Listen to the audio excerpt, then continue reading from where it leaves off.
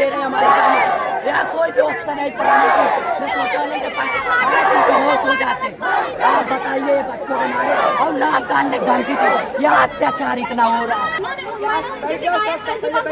और किसी टीचर से कहा तो उन्होंने मुझसे कहा कि तुझे मैं जूता उठा के मारूंगा मुंह में, और मुझसे बोले तेरी जैसी लड़कियों में थूकना पसंद नहीं करता। बताइए आप लोग। विनोद यादव।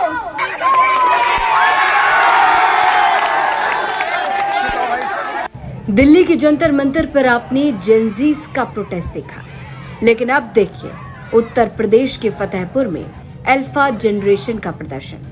फतेहपुर में स्कूल की बदहाली के खिलाफ बच्चे सड़कों पर उतर आए और हो गया हंगामा।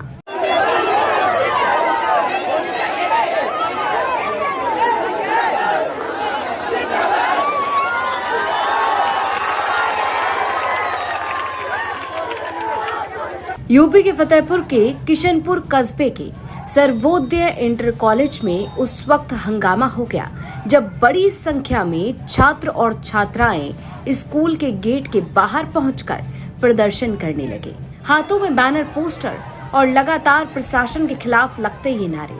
छात्रों का आरोप है कि स्कूल में साफ पानी नहीं मिलता, शौचालय साफ नहीं रहते, न बिजली है और न ही पंखे चलते हैं।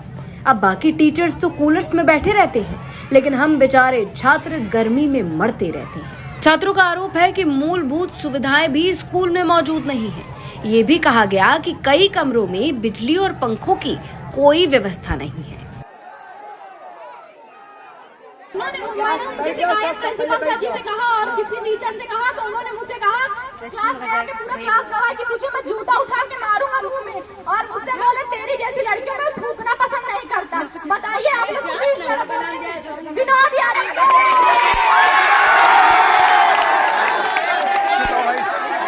ये है कि स्कूल की अर्थव्यवस्था बहुत ज्यादा बिगड़ी हुई है। अच्छा, टंकी को लेके क्या कह पाए जल समस्या आपके हैं आप? मुख्य मांगे है कि स्कूल की अर्थव्यवस्था सुधारी जाए, टंकी सफाई करवाई जाए। बाथरूम से इतनी स्मेल आ रही है कि उसमें जाने से लड़कियां डरती हैं, नहीं जाती हैं। अच्छा, इसके पहले कभी आप लोगों ने अपने स्कूल प्रबंधन से कोई बातें की थी इन समस्याओं को लेकर? की जाती है, टीचर लोग सुनवाई ही नहीं करते हैं, की जाती है बातें, डांट देते हैं, बोलते हैं ज्यादा नेता न बनो। हाँ। कौन सी क्लास पढ़ती हैं आप? हम 11th में हैं। क्या नाम है? हमारा नाम अमृता सिंह है। छात्रों का आरोप है कि कई बार शिकायत की गई लेकिन कोई एक्शन नहीं हुआ। अरे एक्शन तो छोड़ो, छात्रों का कहना है कि उन्हें तो टीचर्स डांट दिया करते हैं। टीचर्स कहते हैं कि ज्यादा नेता मत बनो, नेतागिरी मत करो, यहाँ तक कि मारने का भी आरोप लगाया है। अब आरोप यह भी है कि अब प्रदर्शन के बाद, विरोध के बाद एग्जाम में फेल करने की धमकी भी दी जा रही है। और शौचालय कोई साफ सफाई नहीं, जर्जर बच्चों को खाना में सही ढंग का मिलता नहीं। और हम लोग सब लोग मिलकर धरना दिए तो सिस्टरों को कोई तरह आगे नहीं आने दे रहा, उनको रोक रहा। देखो हम सब फेल करने धमकी दी जा रही। प्रधानाचार्य करके धमकी कौन दिया है? प्रधानाचार्य उसमें तो बड़ी संख्या में छात्र और छात्राएं हंगामा करने लगे, नारेबाजी होने लगी और जोरदार प्रदर्शन स्कूल के गेट पर देखने को मिला। कई आरोप लगाए गए। आरोप लगाया गया कि जब टीचर से शिकायत करो तो क्लास टीचर मुंह पर जूता मारने की बात करते हैं। हालांकि फिलहाल इस मामले में स्कूल प्रशासन की तरफ से कोई भी बयान सामने नहीं आया है, यानी स्कूल के प्रिंसिपल का कोई बयान सामने नहीं आया है। अब मामले की जानकारी जैसे ही जिला विद्यालय निरीक्षक यानी DIOS के पास पहुंची तो वो मौके पर पहुंच गए। अब लड़कियां माइक लेकर परेशानियां बता रही थी, नारेबाजी हो रही थी, प्रदर्शन हो रहा था, हंगामा हो रहा था। इसी बीच DIOS साहब सब कुछ खड़े होकर देख रहे थे। अब इस घटना के बाद जब उनसे बातचीत की गई तो वो कहते हैं कि जल्द ही मामले का समाधान कर लिया जाएगा। कि प्रत्येक कमरे में हम लोग 4 पंखे लगवाने जा रहे हैं, और आज रात से लेके कल तक लग जाएंगे। वायरिंग जो है हमारी ओपन है, उसको हम लोग वायरिंग पाइप वाली कराएंगे। उसी तरीके से MDM का जो मेनू है उसके अनुसार मात्रा और मेनू सुनिश्चित करा जाएगा।